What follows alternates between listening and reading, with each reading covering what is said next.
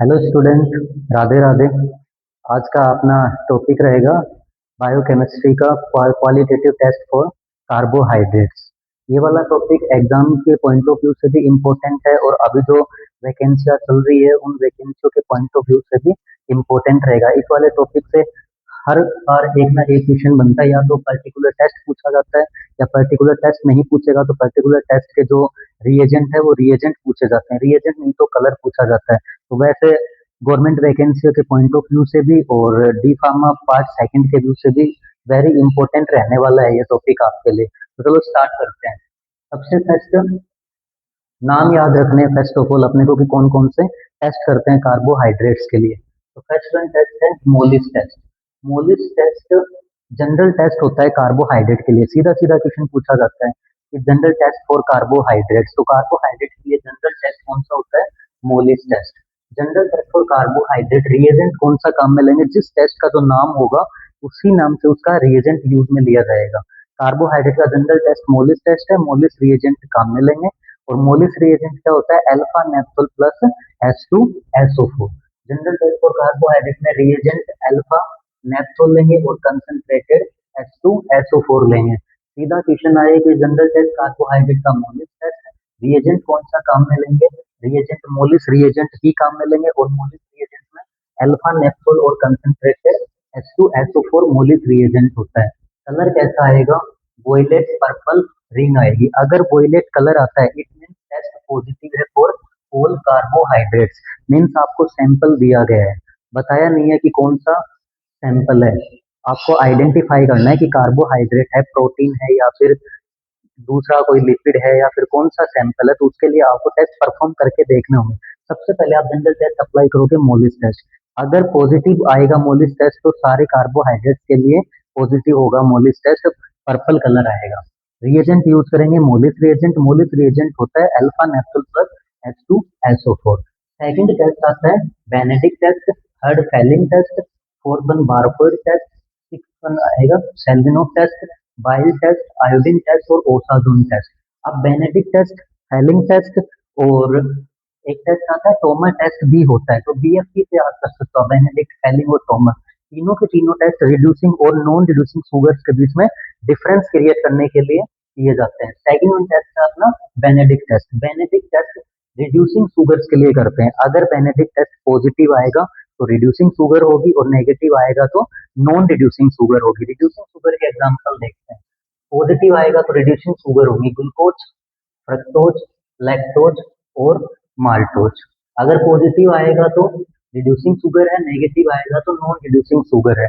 Colour कैसा आएगा? Colour की बात करें तो रेड प्रेसिपिटेट बनेगा। क्वेश्चन कैसे पुटअप होता है? difference period which test is used for difference period between reducing और non reducing sugar।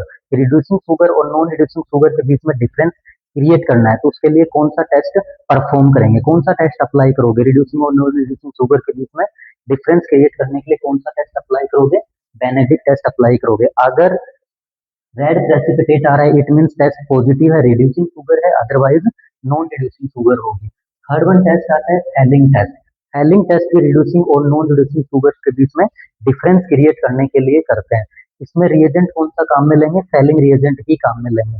Fehling reagent Fehling solution ए और फेलिंग सॉल्यूशन बी, प्रिपेयर किए हुए सॉल्यूशन है, दोनों सॉल्यूशन काम में लेंगे। दोनों सॉल्यूशन को मिक्स करना होता है, मिक्स करने के बाद टेस्ट परफॉर्म करना होगा। अगर पॉजिटिव आएगा टेस्ट तो रिड्यूसिंग शुगर है और अगर नेगेटिव आएगा तो नॉन रिड्यूसिंग शुगर है। तो इसमें कलर कैसा आएगा? रेड प्रेसिपिटेट कलर आएगा। चौथा टेस्ट आता है अपना बारफोइड टेस्ट। अब जनरल टेस्ट हो गया Molisch test, reducing non reducing के लिए टॉमस टेस्ट, बेनेडिक्ट टेस्ट और फेलिंग टेस्ट हो गया।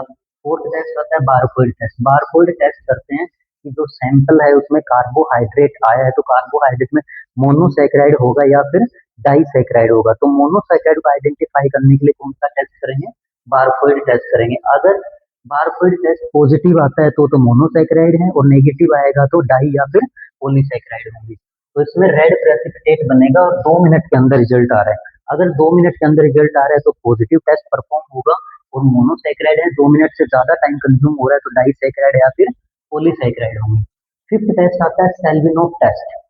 सेल्विनोव टेस्ट में रिएजेंट काम में लेंगे सेल्विनोव रिएजेंट काम में लेते हैं। सेल्विनोफ रिएजेंट क्या होता है? Resource enol plus concentrated HCl होता है। जो गवर्नमेंट रजिस्ट्रेशन की तैयारी कर रहे हो उनके लिए ये इंपॉर्टेंट क्वेश्चन रहने वाला है कि सेल्विनोफ टेस्ट के अंदर रिएजेंट कौन सा काम में लेंगे, तो resource enol plus concentrated H2SO4 काम में लेंगे।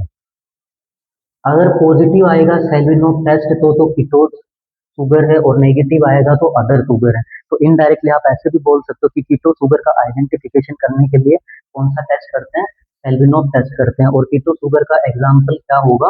फ्रक्टोज। फ्रक्टोज क्या है? एक कीटो शुगर है। उसके बाद में नेक्स्ट टेस्ट आता है अपना बाइल टेस्ट। बाइल टेस्ट करते हैं पेंटोज शुगर के लिए। बाइल टेस्ट करेंगे पेंटोज शुगर के लिए। अगर बाइल टेस्ट पॉजिटिव आ रहा है तो पेंटोज शुगर है, अदरवाइज हेक्सोज शुगर होंगी। रिएजेंट कौन सा काम में लेंगे? ओर्सिनोल, फेरिक क्लोराइड और HCl काम में लेंगे। एग्जाम्पल यहाँ पे शो कर रहा है कि जो राइबोज है वो पेंटोज शुगर है।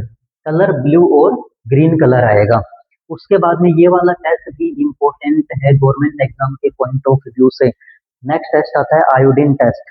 Iodine test give blue colour with starch. Iodine test करते हैं स्टार्च के लिए। आयोडीन स्टार्च के साथ कैसा कलर देता है? सीधा सीधा क्वेश्चन पूछा जाता है।